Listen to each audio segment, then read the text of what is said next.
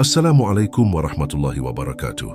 Saudara-saudariku yang dirahmati Allah, pernahkah Anda membayangkan bahwa ada seorang manusia yang setiap malamnya menamatkan Al-Quran? Seorang ulama yang sejak usia 16 tahun tidak pernah makan hingga kenyang.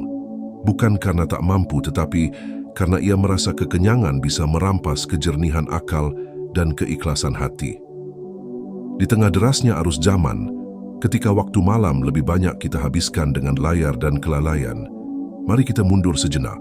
Kita tengok kembali ke masa para tokoh agung. Dan hari ini, kita tidak sedang berbicara tentang tokoh biasa. Kita sedang menyelami kehidupan Imam Asy-Syafi'i, seorang imam mazhab, teladan ilmu, dan simbol kezuhudan. Mengapa ini penting? Karena di era modern ini, semakin banyak orang yang mengklaim sebagai pencari ilmu, tetapi menjauh dari semangat dan ruh dari ilmu itu sendiri. Ilmu bukan sekadar informasi, ia adalah jalan menuju penghambaan, dan Imam Asy-Syafi'i telah membuktikan hal itu melalui seluruh aspek kehidupannya. Secara spiritual, Imam Asy-Syafi'i adalah pribadi yang malam-malamnya tidak dibiarkan berlalu dalam tidur panjang. Dalam kesaksian murid-muridnya, beliau menghidupkan malam dengan salat dan membaca Al-Quran. Setiap kali sampai pada ayat tentang rahmat, beliau berhenti dan memohon ampun. Setiap kali sampai pada ayat tentang azab, beliau menangis dan memohon perlindungan, tidak hanya untuk dirinya, tetapi juga untuk seluruh umat Islam. Dari sudut pandang akademis, Asy-Syafi'i merupakan simbol metodologi yang kuat dalam fiqih. Karya-karyanya seperti Al-Risalah dan menjadi rujukan utama dalam studi hukum Islam hingga hari ini. Namun yang sering kita lupakan, di balik kejeniusan intelektual itu, tersimpan hati yang begitu tunduk dan khusyuk di hadapan Tuhannya. Ia bukan hanya ulama yang menulis fatwa, tetapi seorang hamba yang menangis dalam sujudnya. Sekarang banyak dari kita menjadikan ilmu sebagai alat pembenaran, bukan pencerahan. Ilmu dikejar demi gelar, bukan demi keridaan Allah. Dan disinilah pentingnya menghidupkan kembali spirit Imam Asy-Syafi'i, bahwa ilmu sejati adalah yang mendekatkan kita kepada Allah, bukan yang menjauhkan. Karena ibadah dan ilmu tidak bisa dipisahkan. Bahwa malam bukan hanya untuk tidur, tetapi untuk berdialog dengan Tuhan. Bahwa ayat-ayat Al-Quran bukan hanya untuk dibaca, tetapi untuk direnungi, ditangisi, dan diamalkan. Imam Asy-Syafi'i berkata, "Aku tidak pernah menjawab sebuah pertanyaan sebelum aku merenung, apakah lebih baik aku diam atau aku menjawabnya?" Ini bukan sekadar etika ilmiah, ini adalah adab ruhani, keseimbangan antara akal dan hati. Sebuah karakter yang amat kita butuhkan dalam dunia yang serba cepat dan penuh suara ini.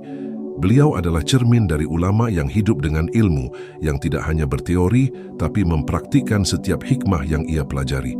Ia tidak hanya menjawab persoalan umat, tapi membentuk dirinya menjadi pribadi yang layak diikuti.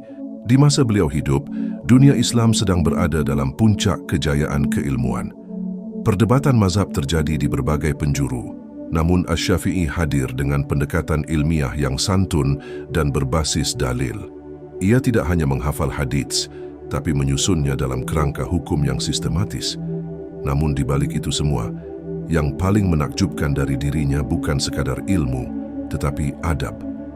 Beliau pernah berkata, "Aku membuka lembaran-lembaran kitab di hadapan guruku dengan sangat lembut, karena aku tidak ingin suaranya mengganggu perhatian beliau."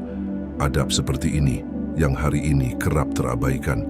Betapa seringnya kita tergesa-gesa dalam menuntut ilmu, ingin cepat menguasai, namun lupa bahwa ilmu tanpa adab hanyalah tumpukan kata tanpa cahaya.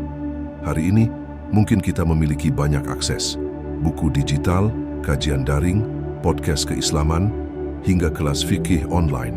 Tapi, apakah akses berarti kedekatan? Imam Asy-Syafi'i tidak punya semua itu. Ia harus berjalan jauh, menulis dengan tinta dan tulang, menghafal dengan peluh. Tapi karena niatnya murni, setiap langkahnya menjadi berkah. Beliau pernah mengatakan, barang siapa yang ingin terbuka hatinya, hendaknya ia mengasingkan diri dari kebisingan, makan secukupnya, dan bangun malam untuk beribadah. Bukan karena dunia dilarang, tetapi karena hati perlu sunyi untuk benar-benar mendengar suara kebenaran. Dan sekarang saya ingin mengajak Anda, para penonton setia Narasi Nabawi, untuk menjadikan video ini bukan sekadar tontonan, tapi pijakan perenungan. Tuliskan satu hal kecil yang Anda rasa bisa mulai Anda ubah malam ini. Apakah itu satu lembar tilawah sebelum tidur? Apakah itu menjauhi kenyang yang berlebih? Atau mungkin lebih berhati-hati dalam menjawab pertanyaan seperti As-Syafi'i?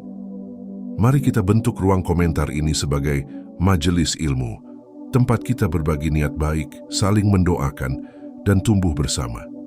Karena siapa tahu, dari niat yang kita tulis hari ini, Allah bangkitkan keberkahan untuk kehidupan kita esok hari. Dan jangan lupa, jika Anda merasa kisah ini menyentuh hati, bagikan kepada orang-orang terdekat Anda. Mungkin dari satu video ini akan lahir generasi baru pencinta ilmu yang ikhlas. Klik tombol like, subscribe, agar Anda tidak tertinggal kisah-kisah lain dari warisan emas peradaban Islam. Sampai bertemu kembali dalam episode berikutnya dari Narasi Nabawi, tempat di mana cahaya sejarah menjadi lentera kehidupan. Wassalamualaikum warahmatullahi wabarakatuh.